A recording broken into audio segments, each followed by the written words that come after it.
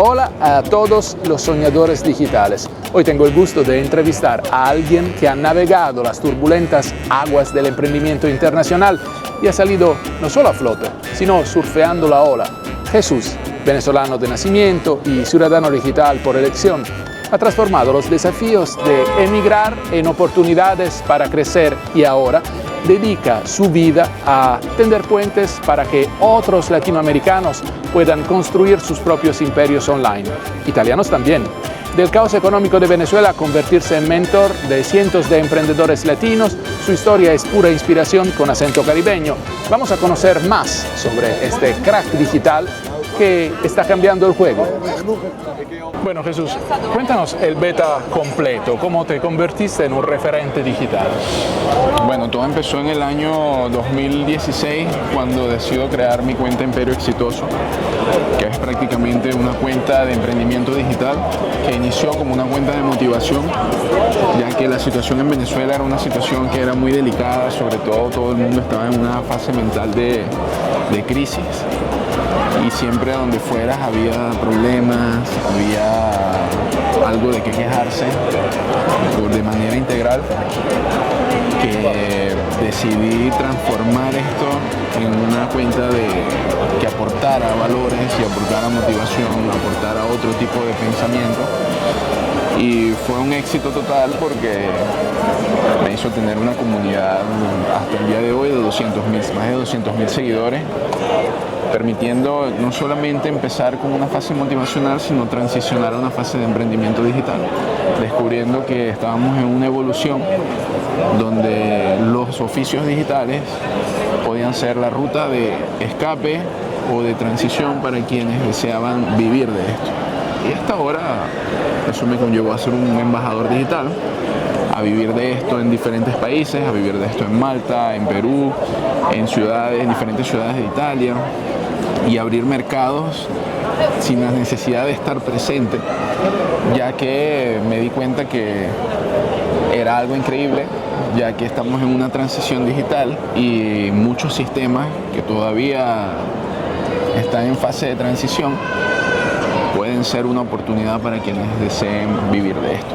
Muchos venezolanos lo intentan, pero en tu caso, ¿cuál fue el momento eureka, el momento que dijiste, este tiene que ser mi camino? En el momento en que fue en el año 2017, ya yo venía trabajando y viviendo del mundo digital desde el 2014, pero a raíz de que creo Imperio Exitoso, me di cuenta que era posible empezar desde cero en cualquier lugar. Y el momento clave fue cuando decidí, en vez de irme a Italia, me fui para Perú a poder empezar desde cero. Y todas estas historias que iba estudiando y educando a las personas a través de Imperio Exitoso me llevaron también a mí a llevar a otro nivel de pensamiento, y decidí como que cambiar el rumbo hacia un país y demostrarme a mí mismo que sí era posible empezar desde cero como emprendedor. Y obviamente en esos 2 años me di cuenta lo importante de la resiliencia mental, de la capacidad de resolver problemas para poder tener éxito en cualquier tipo de ámbito. Luego, si utilizas también estos oficios digitales que son bien pagados o son bastante solicitados en el mundo actual, entonces siempre tienes una oportunidad de poder vivir, de poder construir algo. Y digamos que eso fue en el 2018, que marcó un antes y un después en mi vida, porque no se trata solamente de tener este conocimiento digital. Hay millones de personas que tienen conocimientos digitales. Es tener la capacidad de crear cosas nuevas, la capacidad de llegar antes de que lleguen los demás, para poder siempre estar en la innovación y utilizar esa innovación como una resolución de problemas para la sociedad. Hablando de resiliencia, ¿hay una diferencia entre el público latino, los europeos y sobre todo entre los emprendedores o las personas que quieren ser o volverse emprendedores digitales en América Latina y en Europa? Yo pienso que cada país, más que cada continente, es diferente. Así como el venezolano tiene su forma de ser resiliente, el peruano, el chileno, el salvadoreño tienen otra manera de pensar. Tenemos problemas en común, pero la manera en la que las personas, dependiendo de su país, reaccionan a sus problemas es lo que marca la diferencia entre un emprendedor de un lugar a otro. En cambio, en Europa, el emprendedor es un poco diferente la situación, porque la necesidad en Europa no es tan, la necesidad personal de las personas no es tan urgente. O sea, la necesidad de surgir, la necesidad de tener una vida normal, de tener una... Es decir, no hay mucha hambre. Exactamente. Convierte más lento el proceso, pero al final el problema es común. O sea, puede ser diferente del país, pero las ganas de superarse también son muy comunes, sin importar también el país europeo. Hay países que tienen más necesidades, hay países que necesitan transicionar mucho más rápido, otros lo están haciendo mucho más lento. Es cuestión de saber adaptarse a la cultura del país donde tú te encuentras y cómo empezar a crear un camino, crear una historia que te sigue haciendo crecer como emprendedor. Todo el mundo habla de éxito y estamos inundados a diario de ofertas, propuestas de cursos. En tu caso, ¿cuál fue ese, vamos, sin ánimo de ofender, ese coñazo digital, este empujón que te dejó empezar este nuevo trabajo, esta aventura, que sigue en camino? Bueno, creo que fue algo como que un constante aprendizaje, ¿no? También la crisis de Venezuela, ese cierre de oportunidades postmodernas, como podemos decirlo así, industriales, eran más bajas de lo normal y me hizo buscar opciones diferentes, antes de crear Imperio Exitoso. Al haber estudiado relaciones públicas, me di cuenta que las relaciones públicas son la base del marketing, como lo conocemos hoy, de la propaganda, de la persuasión. Y una de las cosas principales es que me hizo ver que si tú eres capaz de comunicar ante las necesidades del momento, siempre ibas a tener una posibilidad de poder monetizar. Por eso cuando yo estaba en la universidad, cuando estaba en el Instituto Tecnológico, que estaba estudiando relaciones públicas, yo asistía solamente al 10% de las clases, porque ya yo a partir del cuarto semestre ya yo estaba trabajando de relaciones públicas y era una turoperadora que había creado en el año 2014 que se llamaba Cuica Tours, donde yo hacía viajes turísticos en el suelo nacional de forma únicamente por Instagram. Tú trabajas también con emprendedores europeos, italianos. ¿Hay un approach diferente, distinto? Y no te hablo solo de carácter, te hablo también de percepción del público y del lugar donde tú operas, porque a pesar del hecho que ya no existen fronteras en el mundo digital, los emprendedores que trabajan contigo, que son por ejemplo italianos, bueno, existen también en la realidad, tienen que enfrentarse a diario con un público nacional, vamos. Sí. La única diferencia que he podido percibir en un mercado tan, podemos decirlo, más desafiante, no complicado, es el mercado italiano, que es un mercado bastante tangible. ¿En qué sentido? A diferencia de un país como Malta, a diferencia de un país como Estados Unidos, a diferencia de un país que maneja suramericano, que maneja una cultura más americana. Perdona, es una cuestión sobre todo cultural, no tanto de tamaño. Exactamente, tú tienes que entender la cultura de los países, o sea, si tú entiendes la cultura de los países y te logras adaptar al dueño del país, que es el ciudadano que nació, creció, y entiendes su cultura, tienes el 70% de la ventaja comparada a la de otra persona, que solamente busca un nicho que pueda conocer. Sí pude darme cuenta que el mercado italiano es un mercado bastante complicado porque es un mercado muy dudoso. Dudoso en el sentido de que la naturaleza del italiano es dudar de una oferta muy buena, pero a su vez te vas dando cuenta con el pasar del tiempo que ellos buscan invertir donde hay verdadero ROI, donde hay verdadero retorno de inversión. Por lo tanto, para ellos un verdadero emprendedor es el que es capaz de que si le das 10 lo conviertes hasta en 1000. O sea, que el impacto sea un impacto hacia el PIB del país, el PIB, Producto Interno Bruto.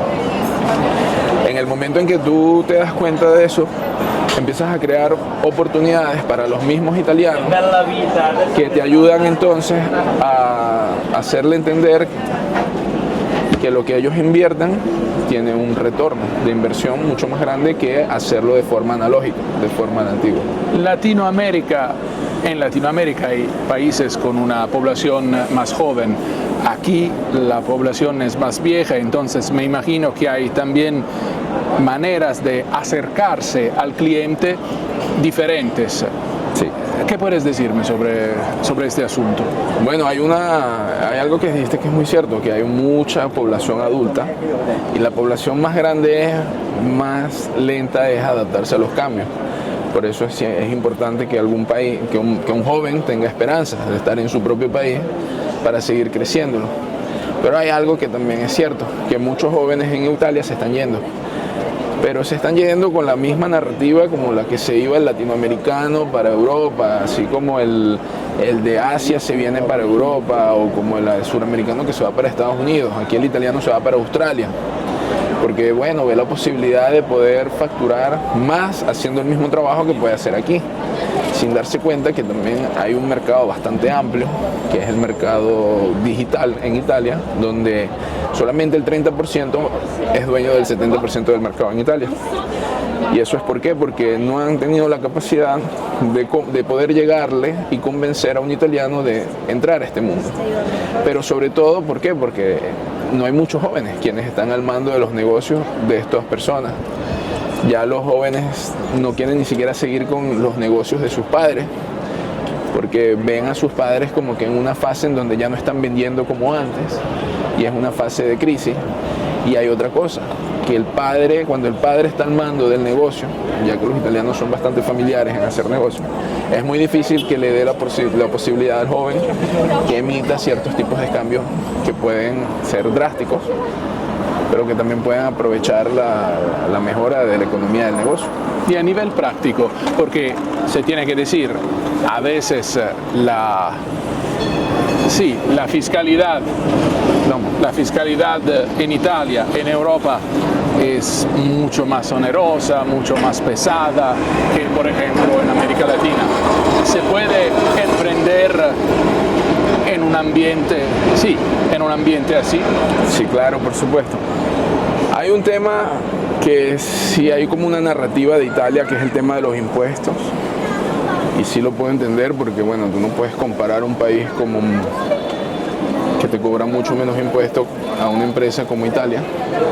Pero me he dado cuenta también que el tema de los impuestos en Italia es más que el impuesto, es la falta de ventas. Porque en el pasado, y eso lo he hablado con dueños de negocios que están aquí, que están todavía luchándola, que todavía están trabajando en eso.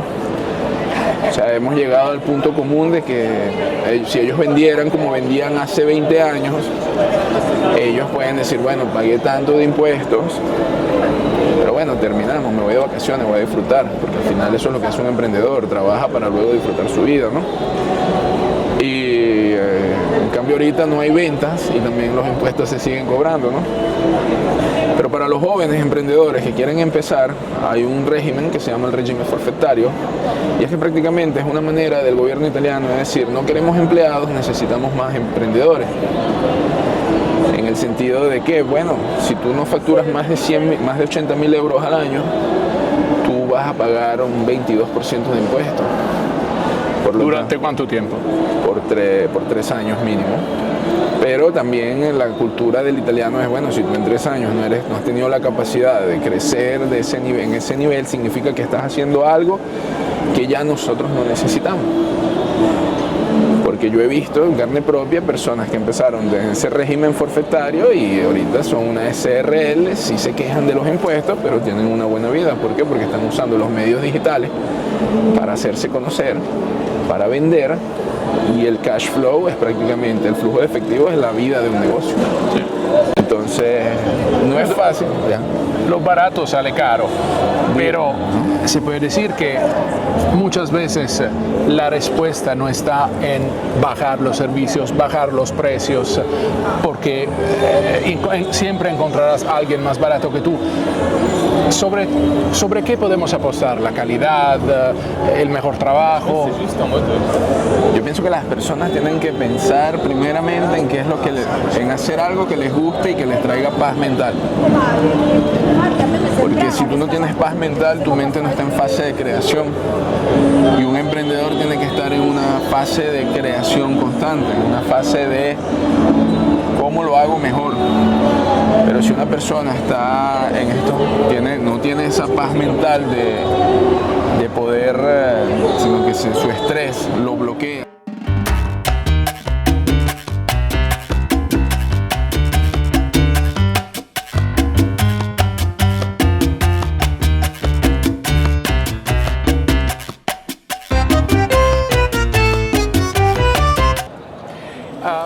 Los latinos tienen fama de ser calientes. ¿Cómo equilibras esa pasión latina, vamos, con la frialdad estratégica que se necesita para negocios como el negocio digital? Tienes que sacar la parte buena del latino. Como caliente no tiene miedo de conversar con gente nueva, pero hay que adaptarse a la cultura, sí o sí. Si tú no te adaptas a la cultura, es muy difícil que entres o vas a estar limitado a trabajar con gente de tu propia cultura étnica. Uno de los desafíos que yo siempre busco es trabajar directamente con los del país, a diferencia de otros connacionales o latinos como yo, hispanos, que se van a lo seguro. Pero si entiendes la cultura es mucho más fácil, tienes más posibilidades de conseguir más clientes, tienes la posibilidad de adentrarte más al mundo o al país que te encuentras. Y qué mejor que eso, porque al final se trata también de expandir tu mente, expandir tu cultura, la cultura de tus conocimientos. Y es muy difícil hacerlo si no lo logras adaptándote a la cultura donde tú te encuentras. Existe una herramienta, incluso una herramienta secreta que te haya verdaderamente ayudado, una herramienta digital, por ejemplo, en algunos casos?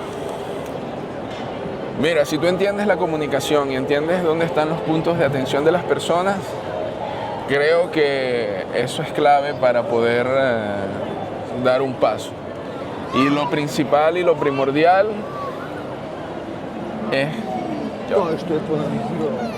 es creer en ti mismo y aprender un oficio y volverte muy bueno en eso. En este caso, el mío fue el contenido orgánico, que no se paga publicidad. Ese fue siempre mi punto de inicio ante todo emprendimiento que empiezo desde ¿No cero. se paga publicidad o, por ejemplo, no se compran seguidores? ¿Nunca se tiene que hacer una pequeña inversión en publicidad para lanzar, por ejemplo, algo que no existía hace 5 minutos? Si no tienes la capacidad de hacer un video que comunique y pueda llegarle a las personas, que le interese a las personas y lo puedan ver y quedarse mirando el contenido para que el algoritmo lo empuje, obviamente te recomiendo que pagues publicidad directamente a la red social, porque si compras seguidores estás comprando público que no es tuyo, gente que existe pero al otro lado del mundo, que no tiene nada que ver, solamente llena un número para rellenar el ego del dueño del negocio, de la persona, y no genera lo más importante, que es una conversión real. Y automáticamente estás matando el algoritmo, porque no es lo mismo que tengas un seguidor y hagas un video con 10.000, 20.000 reproducciones. En porcentajes es mucho más alto que tener 10.000 seguidores comprados y hacer 10.000 reproducciones en un video. Significa que en términos matemáticos,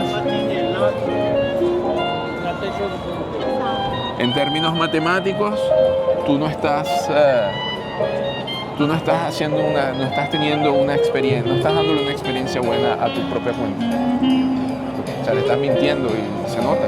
Hay muchas personas, muchos emprendedores que venden humo. ¿Cómo puede un novato distinguir entre una persona seria y un gurú que te vende algo inexistente al final. Tienes que tener la capacidad de tener un método. Para empezar, si estás empezando, tienes que aprender una metodología, volverte bueno en esa metodología, sobre todo porque el mundo digital es un mundo que es tangible de dos formas nada más, con visibilidad o con ventas. Si tu metodología es clara y te enseña algo concreto, al momento en que tú vendes algo, entonces no eres un vendehumo, sino que eres alguien que vende un resultado. Tienes que tener la capacidad de cobrar algo que sea tangible ante los ojos o ante la experiencia del cliente. Por eso es importante que puedas aprender a hacer páginas web, que puedas aprender a crear contenidos que vendan, crear material orgánico, tener la capacidad de saber crear videos que venden, o un plan de marketing con una estrategia específica, un marketing integral. O sea, sinceramente tienes que aprender un método y cuando vendes ese método. Si no, va a ser muy difícil que puedas ganarte la confianza, conseguir clientes o ser recomendado. Tú has dicho algo que paradójicamente es muy importante y que no se escucha mucho.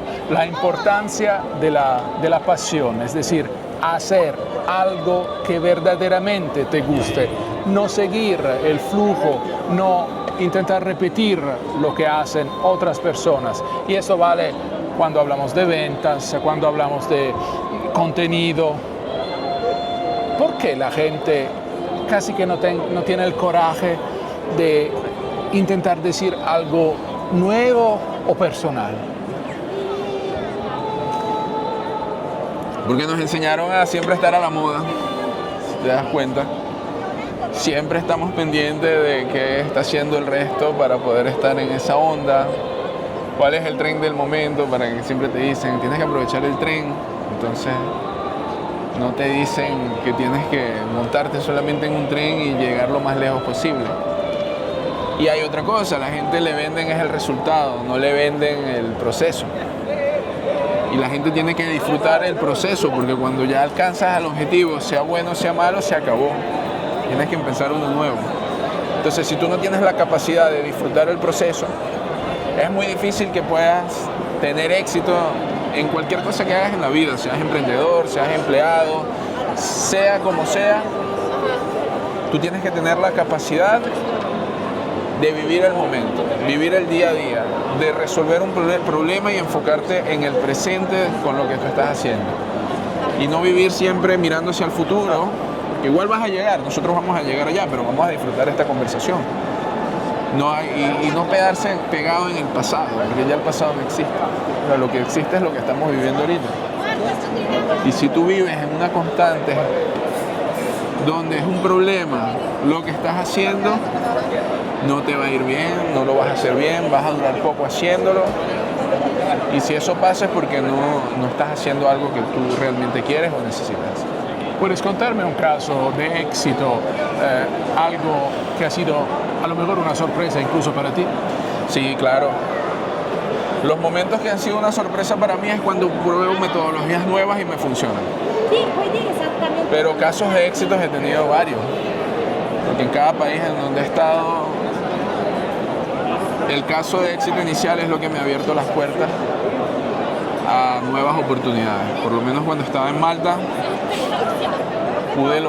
tuve la posibilidad de verificar a un DJ famoso en Malta, verificarlo en Instagram antes de que se pagara por la verificación. Y todo ocurrió en menos de una hora. Y eso me hizo entender, eso fue una sorpresa porque no era fácil en esa época verificar a alguien en las redes sociales. Eso me abrió muchas puertas. Pasó de cliente a socio, de socio a amigo. Luego todas las experiencias donde los clientes que he tenido se han viralizado sin la necesidad de poder tener que meterle dinero en publicidad. Que un cliente diga, oye, solamente he invertido tanto en ti y me ha llegado tanta clientela como que si fuera como que sin la necesidad de tener que meter más dinero. Y esos son detalles que primero reafirman y refuerzan cuál es tu talento top, el mejor que tú tengas, y cómo eso te abre otras oportunidades y otros tipos de negocios. El síndrome del impostor golpea duro a los latinos. Sí. Entonces, ¿qué se puede decir a un latino que quiera emprender y que quiera, por ejemplo, intentar la aventura en Europa? No solamente irse físicamente a Europa, sino intentar hacer negocios en el mercado europeo. Sí, el latino es bastante impostor en sí mismo, busca la perfección, no arranca, tiene mucho talento, he trabajado, he colaborado con personas que han tenido muchísimo mejor talento que el mío y no, simplemente por no dar el paso se quedan estancados en donde se encuentran, solo porque no les parece el contenido perfecto y miran mucho a los lados, no miran hacia uno mismo. Y otra cosa es que no se desconectan de donde son. Y una de las cosas que yo aprendí cuando regresé a Venezuela en el año 2006, que tenía 12 años, esa sensación de que me fui de mi país fue diferente a la del resto, pero sí no tenía la opción, pues, porque mi mamá se casó en Italia y me vine para Italia, ¿no? Pero siempre sentía ese vacío de que quería regresar a mi país. Y era como que los de mi país la están pasando mejor que yo, porque están en mi país. Cuando yo regresé en el 2012, yo logré entender, empiezo una vida en Venezuela, que Venezuela siempre iba a estar ahí. Y que eso me ayudó a desapegarme al momento de viajar de nuevo. Y es importante que la gente aprenda a desapegarse de su país sin olvidarse de él, porque es muy difícil, porque ha llegado a pasar que hay gente con muchísimo talento y se van a trabajarle desde Europa a empresas que están en América Latina, cuando debería ser al revés. Entonces, eso es ¿por qué? Porque no se desconectan. Todavía tienen el WhatsApp de Venezuela, todavía trabajan con gente que está en Venezuela. Y ojo, eso no está mal, pero no se abren a las oportunidades que les puede ofrecer un país con mucho mejor poder adquisitivo. Y si lo piensas de una manera mucho más arriba de ser empleado en este país europeo, se te abren puertas hasta monetarias mucho mejores. Pero primero el sacarse ese síndrome del impostor, esas dudas que se pueden ofrecer, puedes tener del talento que tengas, y lanzarte al vacío, porque si no te lanzas y esperas que te llamen para poder encontrar algo nuevo, va a ser muy difícil que puedas vivir de algo que no sea lo básico. Y creo que en cualquier lugar del mundo ahorita vivir con lo básico no es bueno. Bueno, ahora como que tenemos mucha hambre, vamos a terminar esta entrevista con una pregunta gastronómica, culinaria. Si todo tu conocimiento sobre emprendimiento podría resumirse en una arepa, ¿qué ingredientes llevarías y por qué? Esa pregunta. Es que tenemos hambre. Oye, yo pienso que más que una arepa, una arepera, donde tú tengas la capacidad de crear todo tipo de arepa y que dentro de esa arepera tú siempre sepas también enseñarles a otros cómo hacer esas arepas, porque cada persona que va a llegar a esa arepera tiene un gusto diferente y eso es emprender, es pensar en la arepera y tener la capacidad de hacer todo tipo de arepas. ¿Por qué? Porque más arepas sepas hacer, más oportunidades le puedes dar a otros de trabajar y más soluciones o más opciones le puedes dar al cliente para que puedan entonces Jesús, comer bien. muchísimas gracias. Igualmente. Muy buena entrevista.